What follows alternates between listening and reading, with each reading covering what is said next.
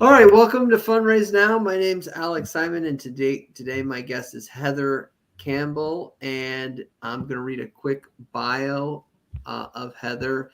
Heather is a senior recruiter at the nonprofit practice at ThinkingAhead HR. She recruits nonprofit professionals nationwide, connecting high caliber, mission driven professionals and leaders with meaningful organizations. Heather graduated from the College of St. Catherine in St. Paul with a BS in business administration, marketing, and management. Prior to Thinking Ahead, she gained sales experience with the Great American by consulting, marketing, and promoting fundraising programs in the school and other nonprofit organizations. Heather also has many years of experience consulting franchisees as they open their business. She is coached on management, process, and development strategies to ensure their success. Heather joins us from Minneapolis, Minnesota, in the Midwest. Heather, welcome. Hi, thank you. Thank you. Cool. So just talk to me a little bit about Thinking Ahead. And your guys' kind of difference. There's so many different headhunter agencies and recruiting agencies out there. What's kind of like Thinking Ahead's sector and market value? Yeah, absolutely. I'll start with just the real easy stuff. We're a company that's been around for about 35 years. Our headquarters is in Nashville, but like you said, we work nationally. Although we do have an office out in Estonia as well, which is kind of exciting. Got a couple of recruiters out there. And we're a part of an umbrella company called Southwestern that's been around since 1855. So we're a part of a bigger group. But we are very much a boutique firm. We are not everything to everyone. We want to make sure that the clients that we're working with are groups that, value our values, and they're groups that we can get behind. There's, I think, 8 or 9 different practice areas now. We've got banking, sales, life sciences, IT, energy. The nonprofit team, which is the team I'm on, is a core group. There's 7 of us that are on that team. And we all sort of pick mission-driven areas to focus on. We've got arts and culture, environmental, education, healthcare. I do more of the human rights and social justice groups. And we connect the right people with the right organizations at the right time. That's our kind of mission-driven statement. So, yeah. What are some interesting things that you've seen happen since the pandemic hit in the nonprofit industry, and like some specific things that I'm sure you talk to your colleagues across in the other sectors. Like, what are some of the things that make the nonprofit industry unique when they look for talent? Sure. I guess with the nonprofit, I think as a whole, people in general are, everyone hears like the great resignation. We talked a little bit about this. I don't necessarily know if this is nonprofit specific, but it obviously in my world, I hear this constantly. And I didn't coin this term. This is something I saw on LinkedIn, but the great reevaluation. People are really trying to make very intentional decisions. And I think for the nonprofit sector, that is very prevalent because of the mission-driven aspect of what they do. But that could look like a lot of different things. That could be the money, that could be location, that could be remote work, but that could be toxic work culture. That could be, hey, I've been raising money for, not that this is anything that's bad, but puppies. And now I really want to make sure that I'm making more of an impact in conservation, and kind of being very intentional. Something I want to be able to share, because I think this is important, is a stat that came from the Bureau of Labor Statistics that is our typical candidate, which is somebody that is 5 years, or they have a 4-year college degree and more than 5 years out of school. The unemployment rate as of the end of April is 2%. That typical number is closer to 4 to 5%. So that means 98% of people are working, even though we're seeing this, mass movement. But I think what that means is people are being very intentional. They're making the moves towards things that, what are the things that are valuable to them and more meaningful to them that then they are choosing to go after. I think that's one of the biggest things that we're seeing such a difference in, and then people advocating for themselves to make those moves when they're looking. So what are some of those reevaluations, those values that you've seen? Like, people talk a lot about balance and getting out of maybe toxic work environments, and obviously like remote work or hybrid work has been such a kind of at the forefront, coming back into the return to the new normal. So like, what are some things that you're seeing from candidates and from clients as far as, the new values or the reevaluation? Sure. As I'd mentioned, I think some of the easy ones are, okay, I do want to make more money, or maybe it's the opposite. I don't care about how much money I'm making, and I want to be more intentional about this. I kind of was thinking about this as to, not every organization can be everything to every candidate. And so whether that is the work environment, like the hybrid things, or trying to be fully remote or not, all those things, you can't be everything to everybody. And so, but those are specific things that certain people are finding as being valuable and intentional of why they're making moves.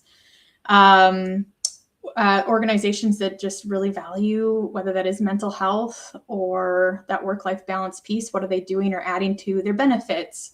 Vacation, are they being intentional about sort of the work of empathy that they put into their organization as a whole? That the other kind of big box is diversity, equity, and inclusion. Honestly, there's a lot of people that are very, very intentional about making sure an organization has a statement, but then is doing more than just, what are you saying? What are your actions that are you moving towards? That kind of works from the top down. I have a lot of candidates that are asking those questions very early on in the process. And if they feel that those things aren't being met, they're choosing to not move forward because, again, that intentionality. Mm-hmm. So they really want the values of the organization to match their internal values. That's pretty interesting. It's not necessarily just a transactional kind of, I show up, I'm doing this from this period of time, and that's it. Mm-hmm. It's getting to be more deeper, and I think that's a really interesting and remarkable shift. So what do you say to, you probably are, there's probably clients out there that are saying like, look, Heather, like, I can't retain good staff right now. Like, there is a ton of stuff going on, and the nonprofit world in general, and specifically the development sector, which I'm sure you're familiar with, before the pandemic, had folks that I can't remember what the average was, but I think it's around 2 years were staying. So like, what do you say to the clients that are saying, I want to get good staff and I want to keep them, I want to retain them, as everybody does? What are you saying to them? Sure. Some of it is, what is the work that you're doing internally? Again, sort of going back to that, I guess diversity, equity, inclusion is a big piece of that bucket. I think, how are your interview processes being handled? How are you making sure that the staff in general then is happy? So are you doing, exit interviews is a place to start, really trying to get that real live data of what are these people leaving for and why, and really like listening to that. Are you doing annual surveys or annual, interviews with your staff to sort of kind of figure out what makes you happy and what makes you stay, or what are some things you wish you could change, and collecting that data. Sometimes there's kind of this mindset, I think, of, we've got a job to do, this is their job. But at the same time, whatever a reality is for somebody should be sort of a perceived reality for that organization, and should at least be taken into consideration with some of those things. And there's some organizations that just don't see that. And so there's some work, like internal work that does need to happen. And maybe that's getting a consultant to help with some of those things, or really making sure that from a leadership perspective, from the top down, whatever those decisions that they're making are truly being honored from the C-suite level down to the VP, down to the director, manager, all that sort of thing. Because that's kind of where you then see it. Development specifically, that's been a stat that I've heard forever. That 18 months, 2 years is sort of that time frame. And I think some of that's inevitable because, if you're, let's say you're an individual giving manager, you want to grow into doing major gifts, or you want to grow into being able to manage people and some of that stuff. It's just, there's a leveling that's hard to kind of get rid of. But something that I find interesting, and I've heard this from a few of my clients or else development leaders just in my network, is that there's a little bit of a lack of mentorship from high level development professionals, and kind of keeping people that are at that coordinator position, that associate position, even that manager position in the fold and excited about development without getting burnt out, and really getting them to kind of take them under their wing and sort of show them how to be a better fundraiser. Of course, obviously that takes more time from somebody, and all those kind of things need to be considered, but it's a real thing that I think could help just get more fundraisers into the profession and growing within their roles. The other thing then that some clients could consider is, are you putting any sort of dollars towards professional development for that staff? I'm working with a client right now that every year gives $1,000 towards, and they can use towards whatever they want as long as it's professional development. Are those kind of some things that you've considered that could help people get excited about their role? Now it's a perk within that organization that makes them want to stay. Those are a couple good ideas and some things that I think people could maybe help keep them stay.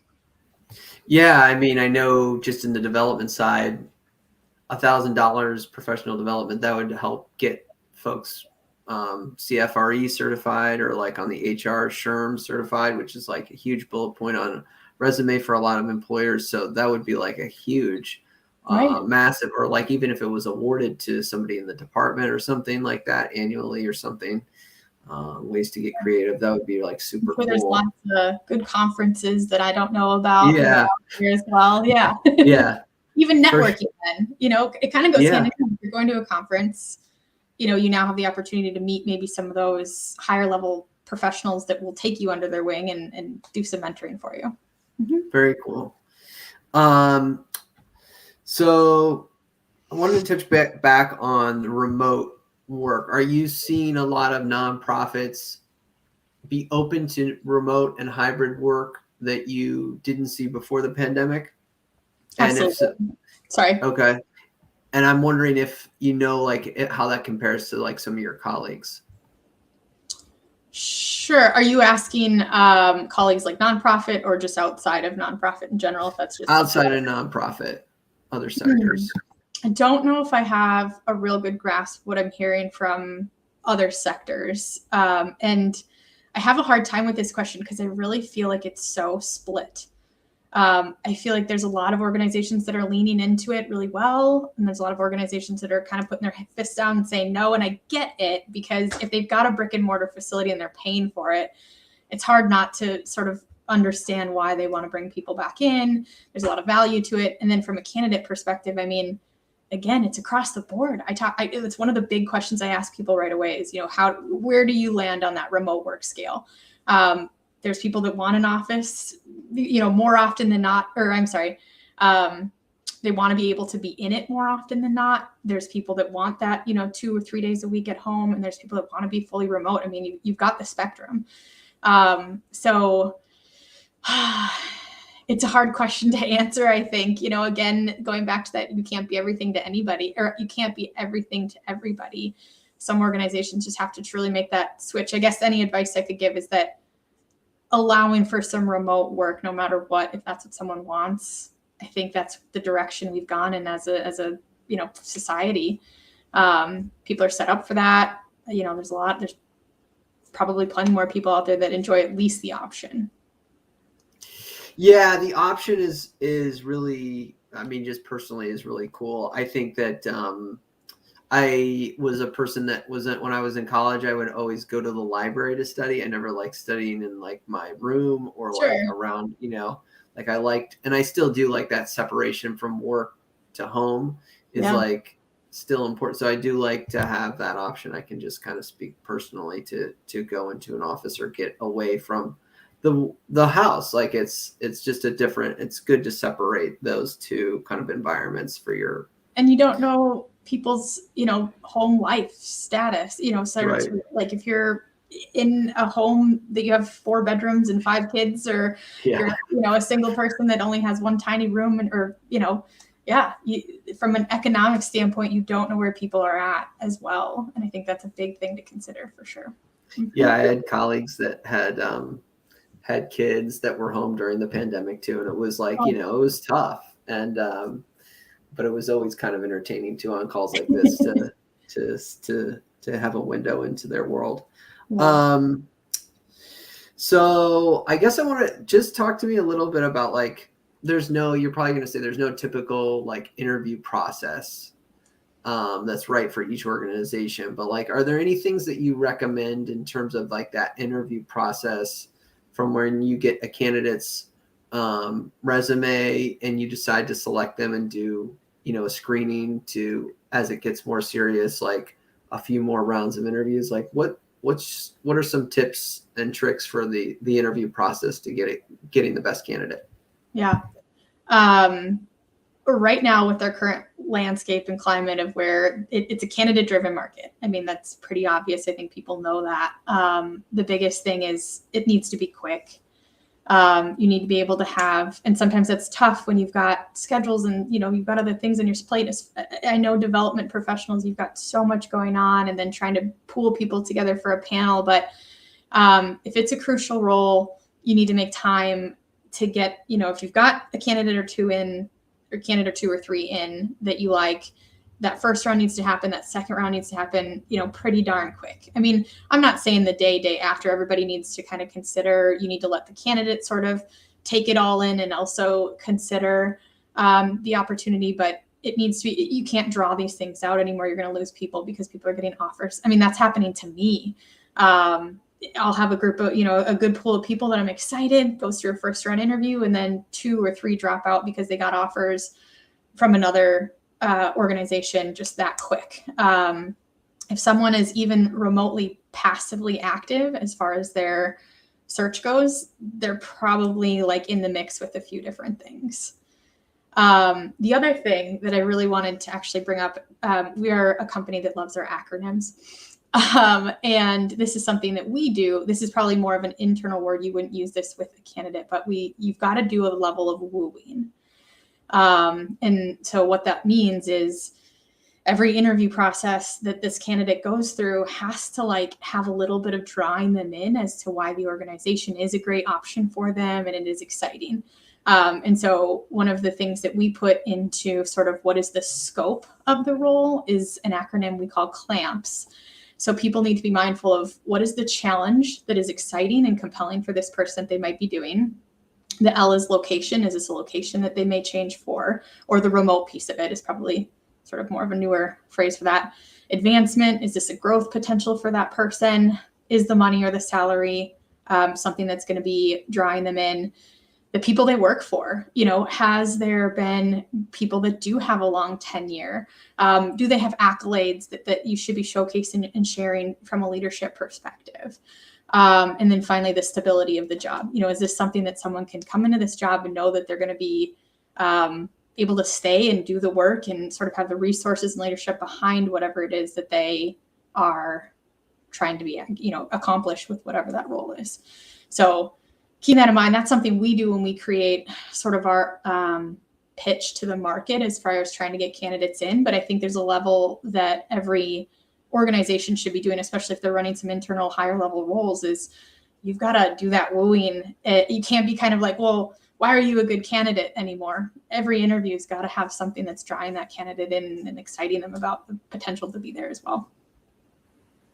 That's really cool. I do like that acronym, CLAMPS. CLAMPS, yeah. That's very cool. location, advancement money, people, stability. Yeah. Cool. Yeah. So the candidate side, I have a friend of mine that's in a different sector, and he's squarely in Gen Z. Like he is 20, he is in his mid-20s, and he is like, I'm never writing a cover letter. And I get it. And I'm like kind of like different sector. I won't say the sector. And I'm like, cool, you know. In our sector, in like nonprofit, it seems to be still important. What's your take on the cover letter and like its importance, and kind of any advice for that piece of the application? Sure. It is. I was thinking about this one being a tough sort of thing to consider, because in my head too, especially when I was doing job search, I'm like, oh, just read my resume, you know, or you can go onto my LinkedIn, or let me tell you about myself. Like, give me the interview and let me tell you about myself. If it's a job that you're really excited about, I think there's a huge advantage to having it. It's something that's going to make you stand out. But if you're going to do it, my advice is that you make it genuine. You don't make it just this tailored thing that you send off to every single person saying why you're great. You need to be able to elaborate on why you're great for that specific role, and why is this, especially with nonprofits, why is this a mission-driven organization that you admire and value and want to work for.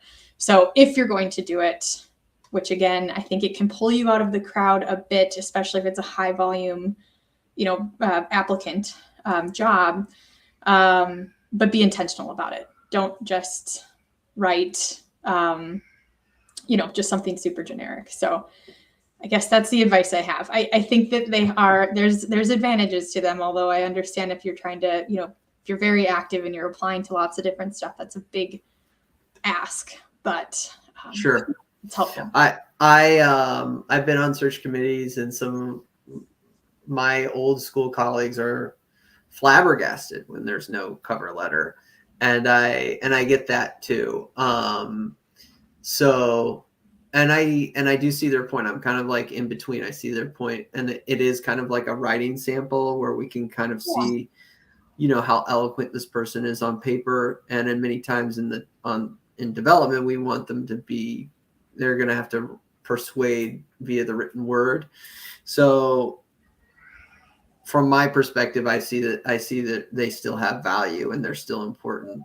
Although I don't know if they're always going to continue that way, if there might be another way that we judge that as far as a writing sample, I'm not sure. But yeah, I definitely recommend it as well. I got a question for you just on, you're a millennial. Yes. I'm a millennial. What's your take on millennials, as we now are, I think, probably the largest generation in the workforce, and as we take on more and more leadership roles? I'm not sure where to start there. Are we a really great generation? Of course we are. Yeah. Yeah. No, I think that our generation, we're a group of hardworking people that, learn from the people ahead of us a lot of skills, but are able to kind of take on, I hope we're good listeners to the generations below us, because that's where continuous change happens. But being able to sort of look above us and sort of understand where there were mistakes, where there were things that happened that were great. So I think we have the ability to have the best of both worlds right now for us if we can really listen. Yeah, I'm just biased. I think that 4 or 5 to 10 years ago, we got a lot of flack, I think, when we entered the workplace, and so now that we've transitioned and we're kind of mid-career and we're taking on more and more leadership roles, I think we're a good balance in between kind of these two kind of pulling spectrums of generations that are, we kind of can easily relate to the new generation, the gentleman that I spoke to, and kind of where he's coming from and all the talents that he has, and like the ability to coach that type of generation, and then also understand kind of like where our colleagues, our more senior colleagues, are coming from. So I just think, our potential to be leaders in the workforce right now is really, really good. So I'm kind of pumped about it. So I'm excited about it. Yeah. It's probably going to be a lot of opportunity for us, the Yeah. next 5 years, 10 years for sure. Yep. Yeah. And I've discovered too, as I'm sure you have,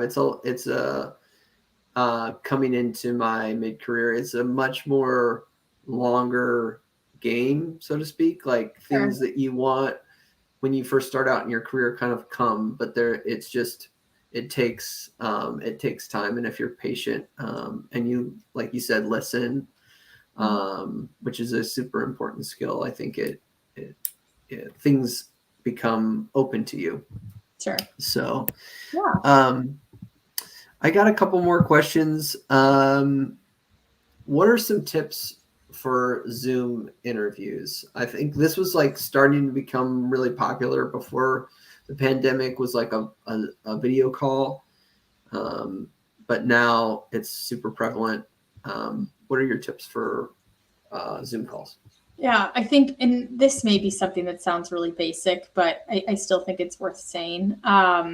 Make sure from an aesthetic standpoint, you've got good lighting, the service is obviously well, but like practice, if you've never done a Zoom platform or a Google Meets or a Teams, either ask someone to be able to sort of practice with you or get on it, make sure your camera looks good, your lighting looks good, all of that. So I think that there's a lot of value in, not making sure there's like this bright light shining on your face this way, or you're not blurry, or if you have to invest a little bit in a better camera, whatever those things are. I think aesthetics can play a big role in just making sure that things go smoothly. It also probably helps alleviate anything that you may be like feeling just scared or nervous about if things just look well for you. I would say that's a good, starting point. Something that, body language and eye contact is something that gets missed a little bit more when you're doing the video connects. If you can, I do think it's very good to be intentional about looking at your camera while you're talking sometimes versus looking at your picture or the other person's picture, because it mimics what eye contact would be, in a real interview. The other thing, just typical things you think about if you were in person in an interview, would be like writing notes down while you're talking with the interviewee. Tell them you're doing that. Well, I've got my resume here in front of me, and as I ask you questions, if you don't mind, I'm going to be writing a few things down. So they're not like thinking you're distracted or doing something different. Like, you're having to describe a little bit more because all you've got is this window of what they can see. And then this is probably just a general interview tip, but I think on video, there's a little more weight here, but be very mindful of time and concise. Hopefully you've done some prep work beforehand. You've identified some things that you want to make sure you share based on questions, but sometimes it can be easy to sort of trail on for 10, 15 minutes in an interview. And on video, it's a little, you just feel different. Making sure you're intentional and very mindful about that time that you're taking and answering those questions. That's awesome. Those are all really, really, really, really good. So I appreciate that. What do you look for in a candidate? I mean, when I search for like assistant directors and, entry-level folks that are just getting into development. Honestly, I look for like on time, bringing a positive attitude and coachable and like genuine interest in the work. That's really kind of like some of the things I'm looking for. But I guess what are the things outside of just like the resume? Are there any intangibles that you look for in certain positions? Yeah. I like your list. I think those are all really great things. A little, sometimes that can be tough to sort of feel out in an interview. I would say like authenticity is a really big one. And so that can mean a little bit of a level of enthusiasm in an interview, mimicking, of course, sort of how that other person is sort of putting themselves out there, not being overly enthusiastic if they're not.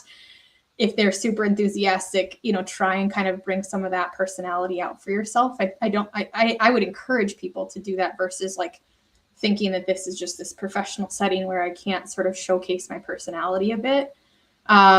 Happy people like happy people, so if there's a way that you can sort of showcase that personality a bit without getting too off topic, if you do like dogs, and you've got a dog in the room, and the other person enjoys that, obviously keep it small talk. But I think that there's a lot of things that have value in sort of showing off your personality in the way that you can. I use that word a lot when I'm prepping candidates, is enthusiasm, especially with nonprofits. I mean, if you've got a passion for whatever it is that you're interviewing for, they better know that at the end of that interview. Why? Mm-hmm. Very cool. My last question, Heather, is where can people find you? How can they get in touch with you and reach out to you? Thank you. So thinkingahead.com /nonprofit team is where you would find sort of all of my information. Very active on LinkedIn. It's just, if you search Heather Campbell, you should be able to find me. If you have to sometimes sort, there's a lot of Heather Campbells out there. If you sort Minnesota, you should be able to find my name. I've got an email, phone number that's all out there. I'm willing to have a conversation with anybody. I will say, I do work for my clients. We're not set up in a way where I work for candidates in that way. But it's always great to network. You never know if there's a job that's going to happen that I have that's a great fit for you. So I do put some of my work on the people that reach out to me, meaning, look at our website often, sort of network with a bunch of people. If you're wanting to work with a recruiter, my advice is that you work with many. They're great sort of legs, kind of all reaching out for you all at the same time while you're doing your own active stuff. So, yeah. Awesome. Thank you so much for everything. You gave great insight. I'm so happy that we were able to connect. Well, and thank you. Yeah, you were amazing. There's so much great content here that I hope nonprofits and candidates alike can hear. And yeah, thank you so much, Heather. I appreciate it. Awesome. Thanks for having me, Alex. Okay. I'm going to